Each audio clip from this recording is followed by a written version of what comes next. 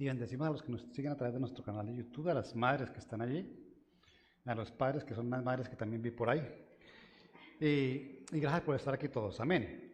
Van a alistar su oído. Vamos a leer dos porciones de la palabra donde vamos a ver el ejemplo, testimonio de dos madres y que vamos a hablar sobre ellas. Así de que no vamos a leer un versículo, vamos a leer dos porciones de la palabra y vamos a ir a Éxodo, capítulo 2, versículos 1 al 10 para empezar.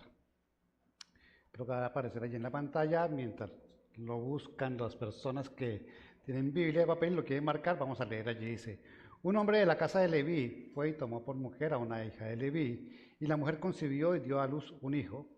Viendo que era hermoso, lo escondió por 3 meses, pero no pudiendo ocultarlo por más tiempo, tomó una cestilla de juncos y lo cubrió con asfalto y brea. Entonces puso al niño en ella y la colocó entre los juncos a la orilla del río. ¿De quién estamos hablando? No, estamos hablando de la mamá Moisés. Sí, estamos hablando de la mamá de Moisés, ¿cierto?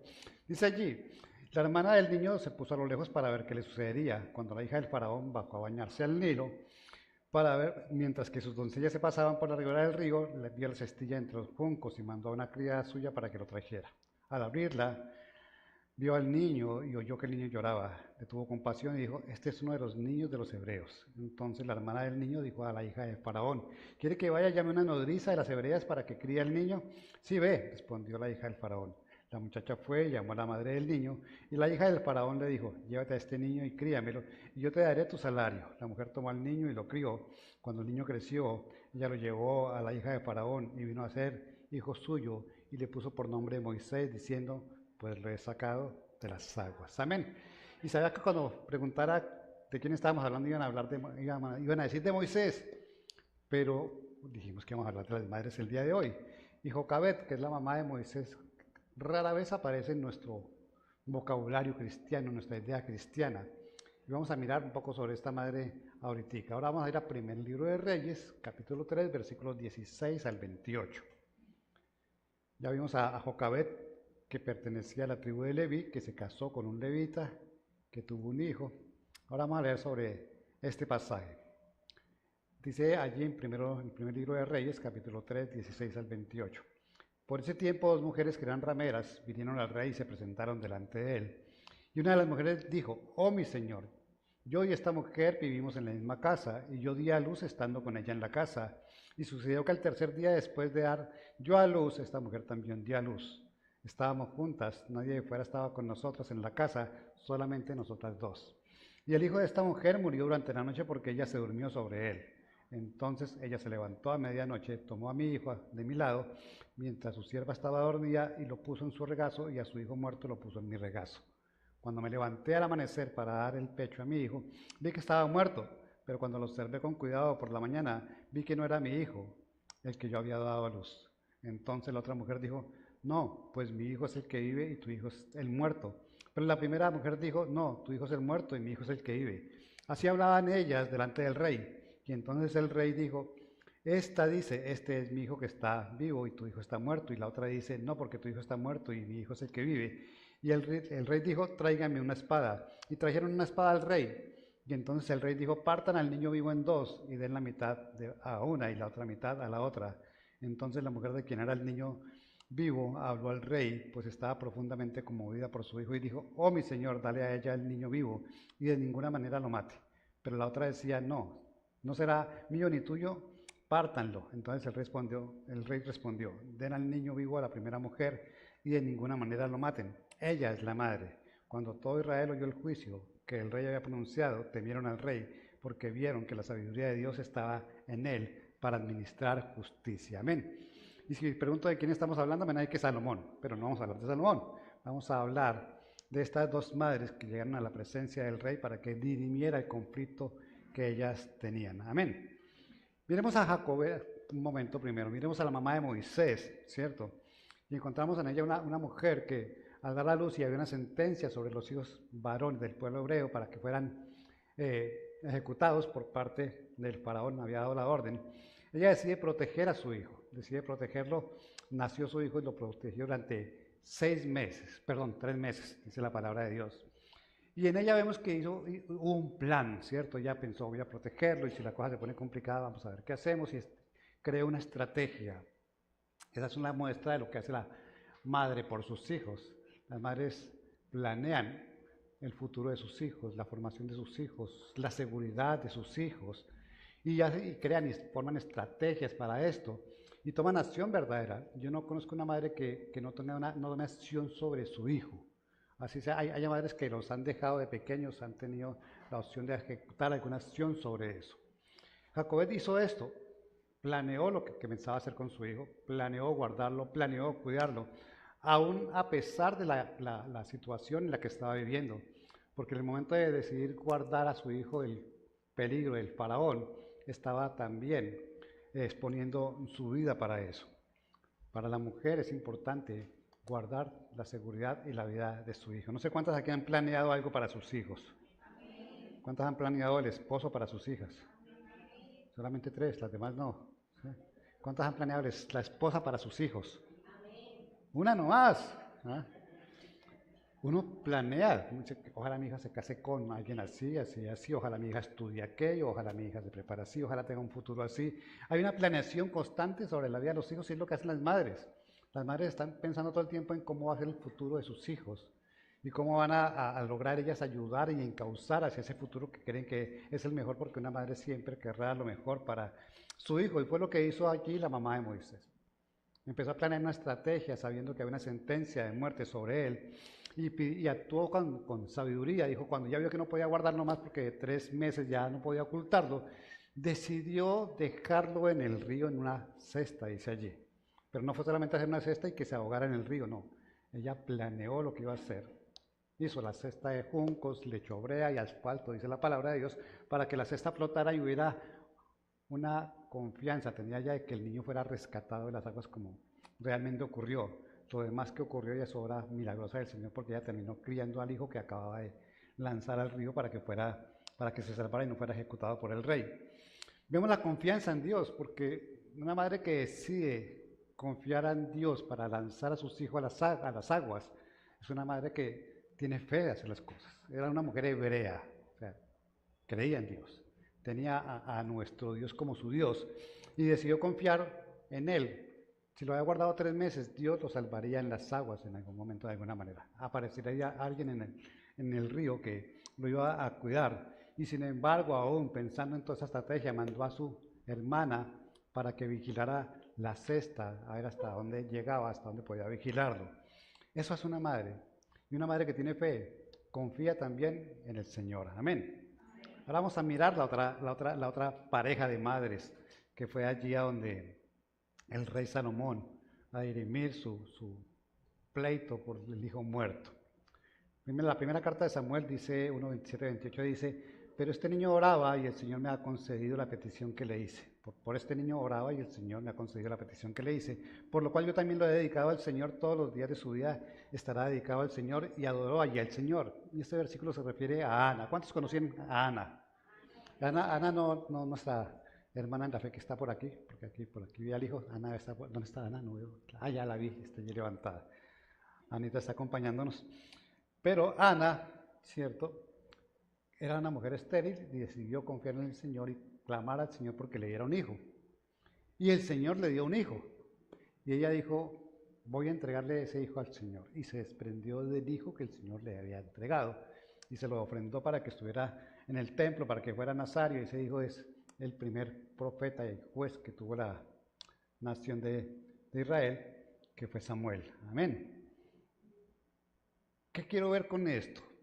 ¿Qué quiero decir con esto? El Señor le proveyó el privilegio de ser madre, pero ella no se aferró a su hijo, sino que renunció a su hijo.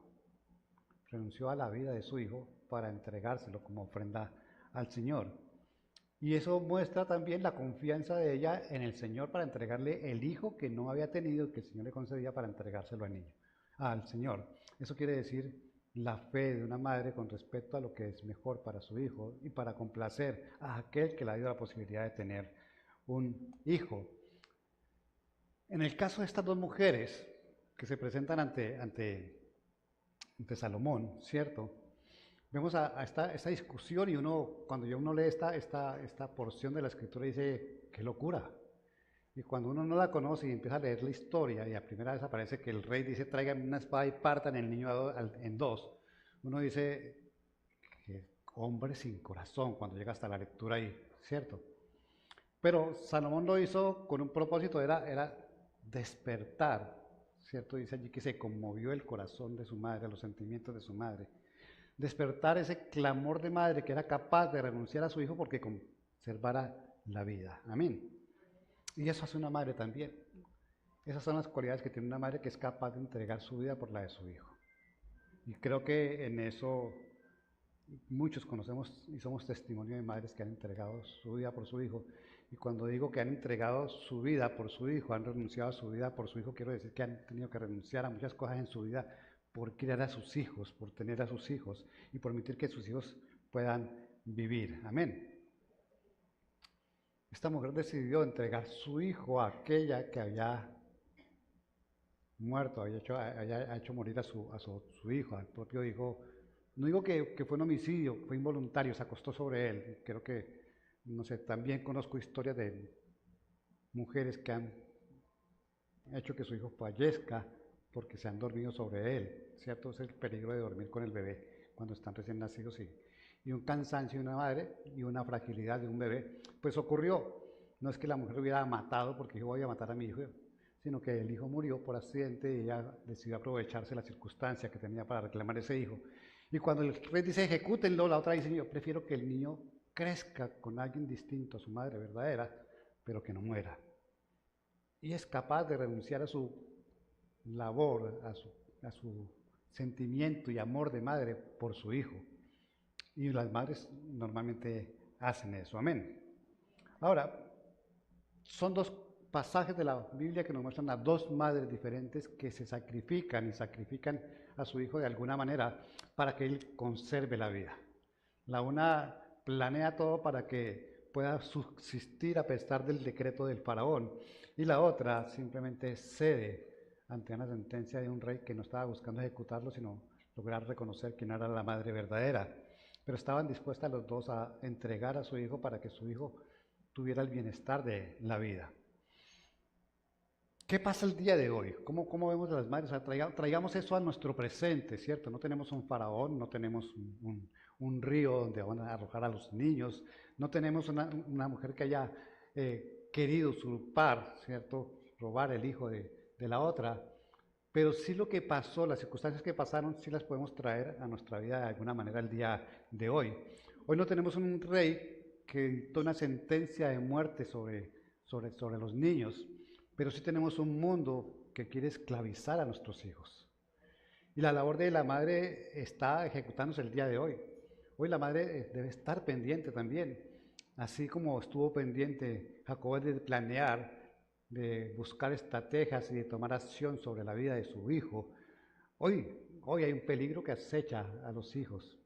Hoy el peligro se llama el mundo, hoy el peligro para los jóvenes es el mundo, para los hijos pequeños, para los hijos adolescentes y aún muchas veces para los adultos, porque el mundo no quiere simplemente matarlo, pero sí lo quiere esclavizar, que es el propósito del enemigo.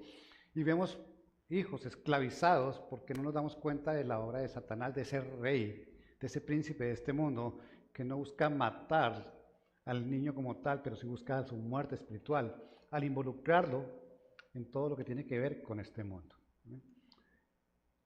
Yo me sorprendo aquí en la iglesia cuando veo a los chicos, y particularmente a los adolescentes, de 9 a, no sé, 14, que están allí todavía en esa etapa donde sentarse aquí, o sea, si los pongo en la iglesia para los niños, ya están muy grandes para las cosas de bebés.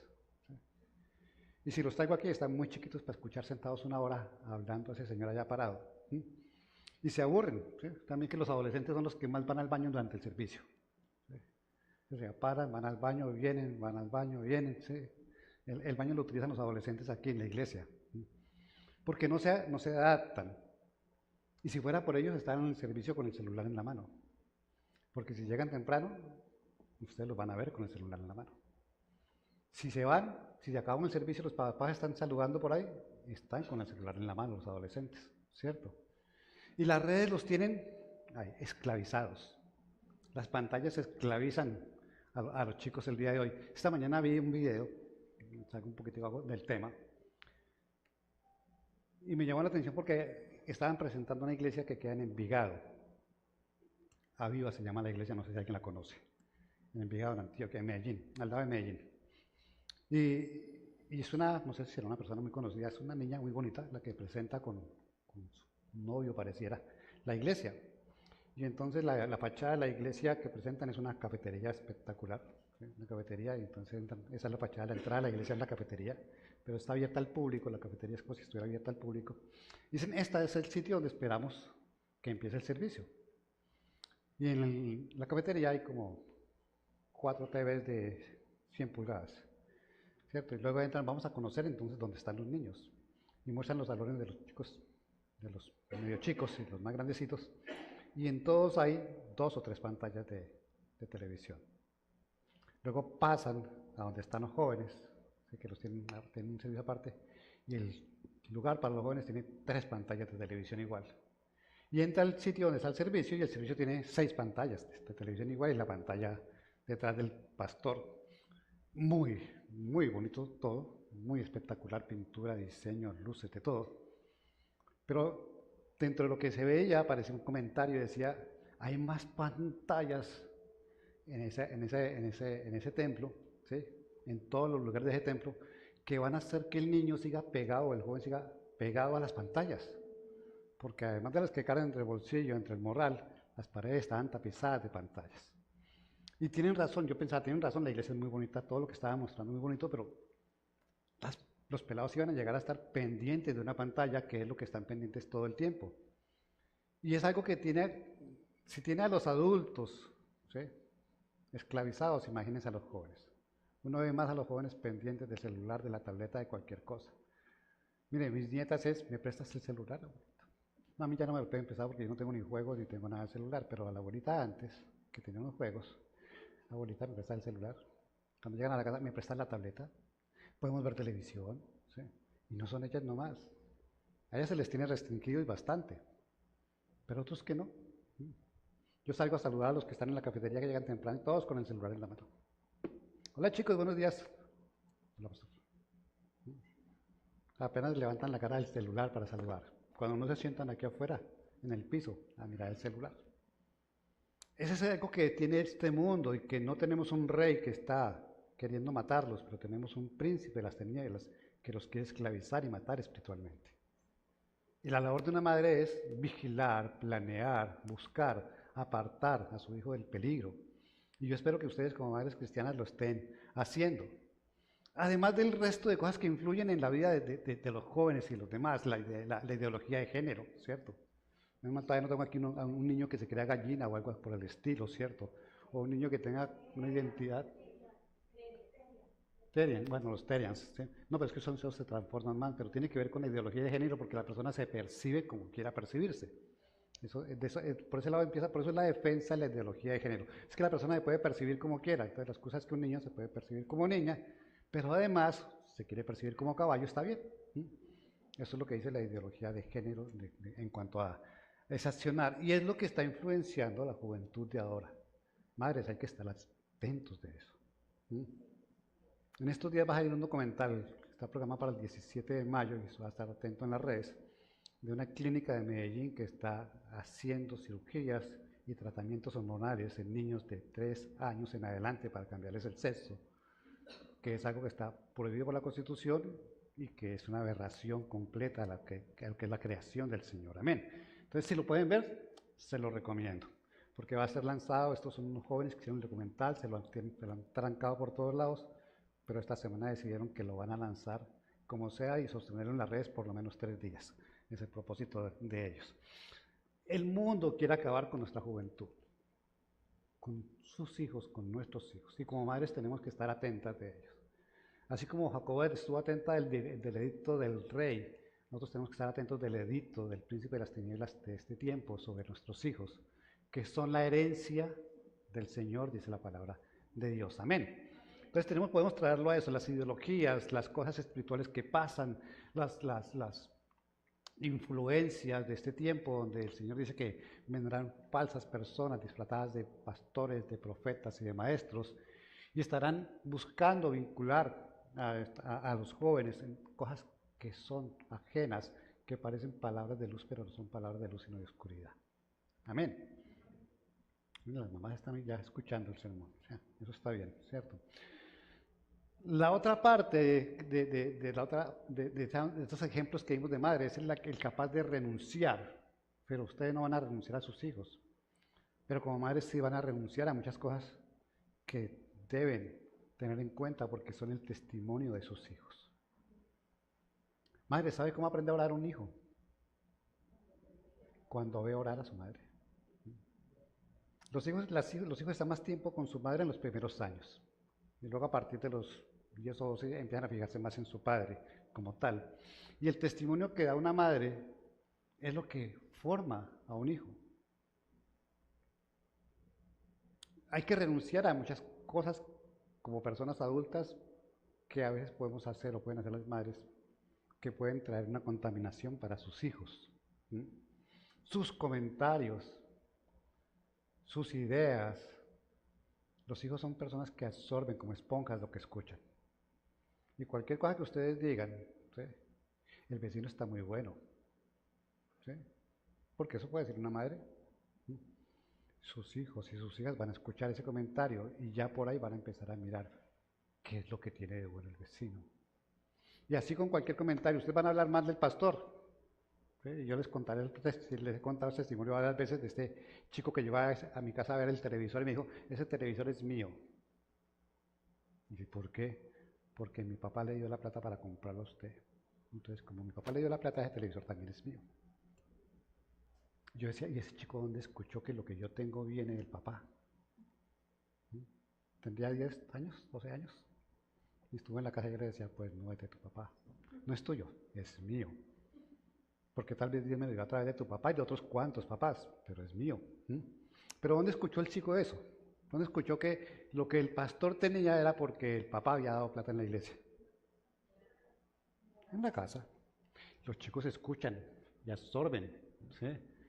Y tenemos que tener cuidado de lo que decimos, ¿sí? Y más cuando perjudica la fe de un niño. Entonces, madres, hay que tener cuidado con lo que hablamos. Hay que renunciar a caprichos, a hábitos dañinos. Imagínense una mamá que fuma, porque hay cristianos que fuman. ¿Ustedes saben que la Biblia no prohíbe fumar como tal? Pero dice que no le hagamos daño al templo del Espíritu Santo. ¿Sí? Pero como no dice que no fumemos, alguna vez una madre me dice, la Biblia no dice que no deba fumar. Es más, Charles Spurgeon fumaba un tabaco al día. Eso no quiere decir que estaba bien, porque era una debilidad de Charles Spurgeon. Todo lo que hacemos es testimonio para nuestros hijos. Las películas que vemos, las noticias que escuchamos, todo eso que aparece para nosotros no nos damos cuenta, ellos están absorbiendo ahí. Y como madres deben aprender a renunciar a todo aquello que pueda ser dañino y que desvíe la fe, los principios y los valores que Dios ha puesto en el corazón de nuestros hijos, de sus hijos. Amén. Lo que el Señor habla en la Biblia, dejando estos dos ejemplos de mujeres, es una enseñanza para las madres. Pero ¿por qué le enseña a las madres? Porque aquel que es capaz de recibir una enseñanza es alguien privilegiado. Las mujeres son privilegiadas de recibir la enseñanza del Señor en cuanto a su formación y a lo que las creó y el propósito que tiene con su vida. El Señor le habla más a las mujeres en la palabra de Dios, aunque digan que los hombres hablan más, le hablan más a las mujeres que a los hombres. Ustedes leen Proverbios, y Proverbios habla muchísimo de las mujeres. Es más, voy a leer un Proverbios 22:6, dice, instruye al niño en el camino que debe andar y en cuanto sea viejo no se apartará de él, lo decía Jonathan también. ¿Qué quiere decir eso? ¿Quién instruye a los niños? La mamá. ¿Sí? El capítulo 31 de Proverbios, ¿sobre quién es? Sobre la mujer que significa la iglesia con su novio Jesús, que es de lo que habla Proverbios 31. Y si vamos a buscar, hay mucha palabra sobre las mamás Jacobet, ¿cierto? Estas dos prostitutas, ¿sí? La abuela y la mamá de Timoteo, Eunice y Loida. Y vamos a encontrar muchísimas, Ana, la misma Ana que acabamos de nombrar, María, ¿sí? La mamá de María. Y vamos a encontrar muchísimas mujeres que a veces no pensamos, sino que la Biblia es un libro machista, pero porque lo vemos con ojos de machismo, porque lo que habla de mujeres del poder de la mujer, del propósito de la mujer, de la creación de la mujer. Eva, ¿por qué se llama Eva? Eva, ¿qué significa? Madre de multitudes o madre de naciones, depende de cómo lo quieran escuchar, ¿cierto? La mujer tiene un privilegio y es que puede dar a luz, vida, cosa que no hacemos los hombres. Y el Señor se preocupó por eso. Y les dio la capacidad de ser madres. Hay mujeres que renuncian a su capacidad de ser madres y eso está en todo su derecho, pero el propósito de la mujer es ser madre, definitivamente. Amén. Si por alguna circunstancia no han podido tener hijos, que aquí somos buenos para orar para que tengan hijos, ¿cierto? Porque el Señor responde a nuestras oraciones cuando oramos por mujeres que tienen problemas para tener bebés. El Señor nos ha dado esa alegría de que nuestras oraciones son contestadas y en el tiempo la palabra se cumple y esta mujer se vuelve, que era infértil, se vuelve una mujer fértil. Porque el propósito es ese. El Señor habla de mujeres que no puedan tener hijos más de 4 o 5 veces en la palabra del Señor. ¿Por qué? Porque el propósito es ese, ser madres. Y hoy estamos celebrando ese día, festejando el Día de la Madre, porque el Señor las tuvo en cuenta para eso. Y es algo que tenemos que mirar con amor, con respeto, ¿cierto? Y con honra a la obra del Señor en cada una de ellas. Ser madre es algo que no debe mirarse como la consecuencia simplemente de una relación, sino el propósito de una vida. Ser madre es la posibilidad de decir, estoy aquí porque alguien decidió, ¿sí?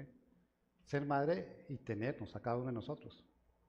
Porque se ha podido interrumpir, mejor que me meto a hablar de política y mejor no, a hablar de embarazos interrumpidos, mejor no. Pero hijos que están aquí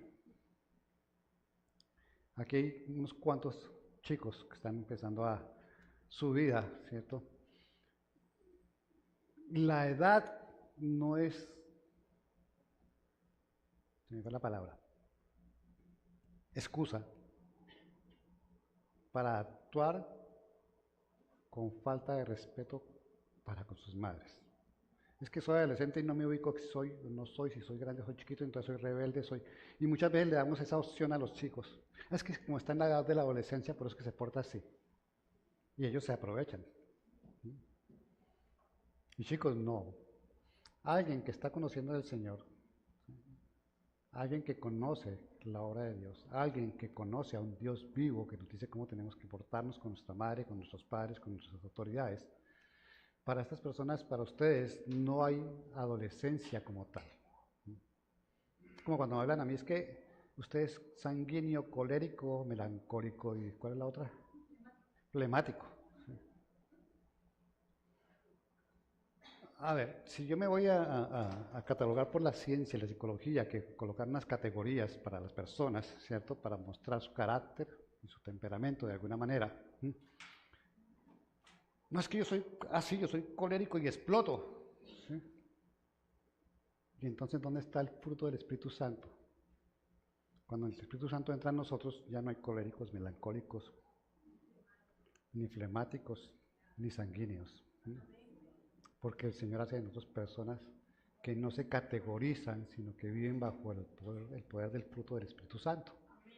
Y entonces ya esas características que crea el hombre desaparecen delante del poder del Espíritu Santo. Igual ocurre con las etapas de nuestra vida. ¿Sí? Ay, es que la mamá ya está menopáusica y por eso anda de mal genio. No. En el Señor las cosas van distintas. Sí aparecerán fisiológicamente cambios en el cuerpo, ¿sí?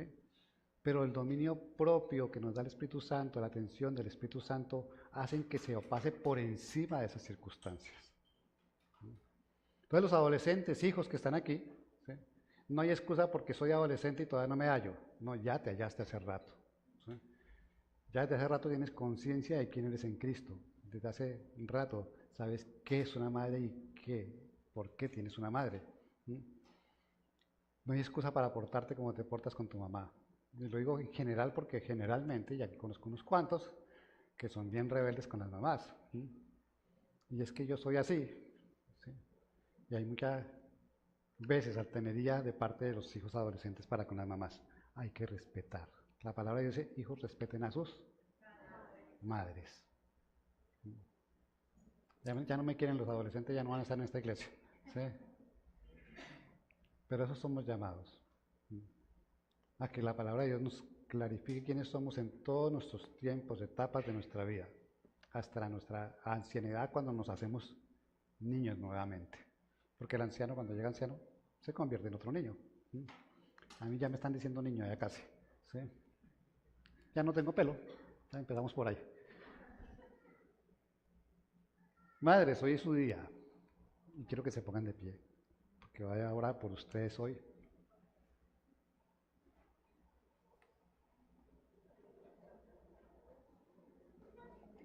Jonathan se paró, la madre. Va al piano. No, todavía no.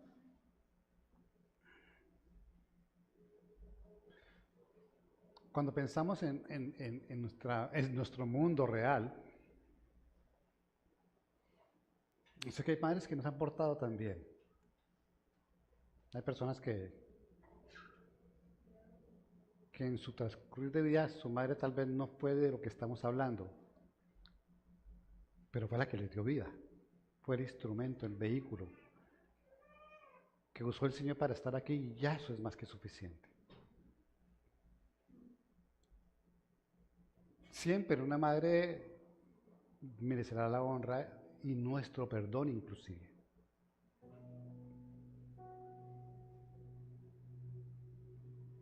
El valor de una madre, de las madres de las personas que tenemos la edad de nosotros, más o menos, hablo de los que ya estamos maduros, ¿cierto? Conocimos unas madres muy diferentes a las madres de ahora. Luego vino otra generación, hablemos de 20 años menos, y ya las madres habían cambiado. Y si venimos otros 20 años atrás menos, ¿sí? Yo puedo hablar ya de 3 etapas de 20 años, o sea que alcanzo a hablar, identificar 3 tipos de madres en mi vida, en mi experiencia personal, la que el Señor me entregó, la que he visto en otras personas, la que veo en mi hija y mi hijo. Todas, sin excepción, todas son mujeres valiosas. Y si alguna se apartó de la vida de algún hijo, alguna hija por circunstancia, no pierde el valor de ser la madre que lo trajo a uno al mundo. Si tuvo que sacrificarse por alguna circunstancia, porque sé que hay madres que tuvieron que dejar a sus hijos en otro lado, por las circunstancias, ¿sí? El hecho de haber dejado a su hijo o a su hija en otro lado, no le quita el valor de madre. Las madres son más sacrificadas que los padres. La mujer es más emotiva, y por eso cuando hablábamos ahora de esta mujer que estuvo expuesta a que su hijo muriera con la espada, dice la palabra que se conmovió, sus sentimientos se conmovieron. Porque la mujer es más emocional, vive más pendiente, y es su naturaleza, y eso la hace especial, sin importar las circunstancias. En mi vida de pastor he tenido que hablar con mujeres que tuvieron que abandonar sus hijos, y después de 20 años todavía sufren al haber tenido que tomar una decisión tan fuerte como dejar sus hijos, pero las circunstancias no conocían a Dios, hicieron que tomar una decisión difícil, pero siguen siendo madres. Tal vez muchas vienen trabajando y creen que debían dejarle más tiempo a sus hijos, pero no se trata tanto de la cantidad de tiempo de estar en casa, sino la calidad del tiempo que hay en casa. Eso es una madre. Porque ¿qué sacamos con trabajar 12 horas o 10 horas, estar por fuera de la casa y llegar a hacer los oficios corriendo y olvidarse todavía aún más de sus hijos? La excusa para no ser una buena madre no es que soy mala madre por trabajar. Ustedes tienen algo innato en ustedes que les hacen estar pendientes de sus hijos y que hacen sentir carga por sus hijos. Y la idea es que esa carga se refleje realmente en acción, como hizo Jocabet. Actuó sobre su hijo. Ustedes fueron creadas de manera diferente, con un propósito diferente. La humanidad no se había extendido si no hubiera sido por las mujeres. El Señor entendió y creó a Eva por eso, para que hubiera madres. Los hombres dicen, yo solo hubiera salido adelante, ¿de dónde? No habría de qué, porque el propósito del hombre es la mujer. Cierren sus ojos. Padre, yo te doy gracias esta mañana, Señor. La sociedad, Señor, ha creado un día, Señor, para celebrar, Señor, a las madres, Señor. Hoy simplemente aprovechamos esa oportunidad que nos das al crear en este mundo, permitir esa celebración que tal vez es más comercial que otra cosa, Señor, pero nosotros asumimos, Señor, por encima de esa parte comercial, Señor, el poder hoy, de alguna manera, Señor, dar gracias a ti por cada madre que está aquí, Señor, por las madres que nos diste a nosotros, Señor. Hoy te pedimos, Señor, que tu Espíritu Santo esté sobre ellas, Señor. Que mires, Señor, su carga como madre, Señor. Que mires, Señor, sus deseos, sus anhelos, sus planes, Señor.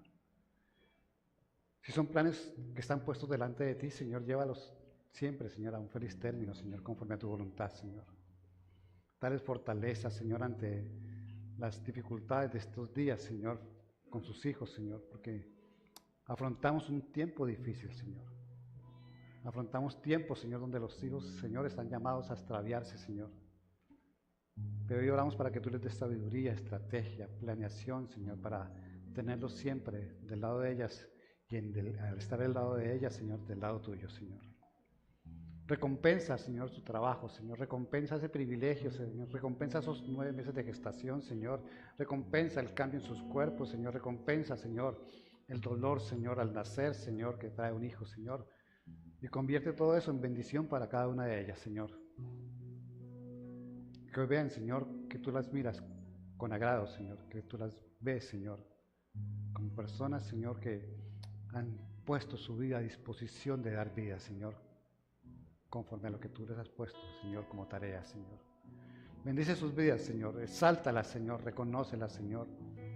Hoy las honramos, Señor, como mujeres, Señor. Hoy las honramos, Señor, como dadoras de vida, Señor. Hoy las honramos como personas con una característica especial por encima de los hombres, Señor. Y llévalas, Señor, a que tengan un día, Señor, hoy, simplemente, de reconocimiento, Señor, pero que se extienda a cada día de aquí en adelante en sus vidas, Señor, en sus casas, Señor. Que cada día que tengamos trato con estas madres, Señor, reconozcamos, veamos, Señor, ese trabajo tan hermoso que hacen, Señor. Esa vida que han entregado, Señor. Esas renuncias que han tenido que hacer, Señor. Y ese ser capaces de darse, aún por encima de las circunstancias, por sus hijos, Señor. Hoy los bendecimos en el nombre de Jesús, Señor.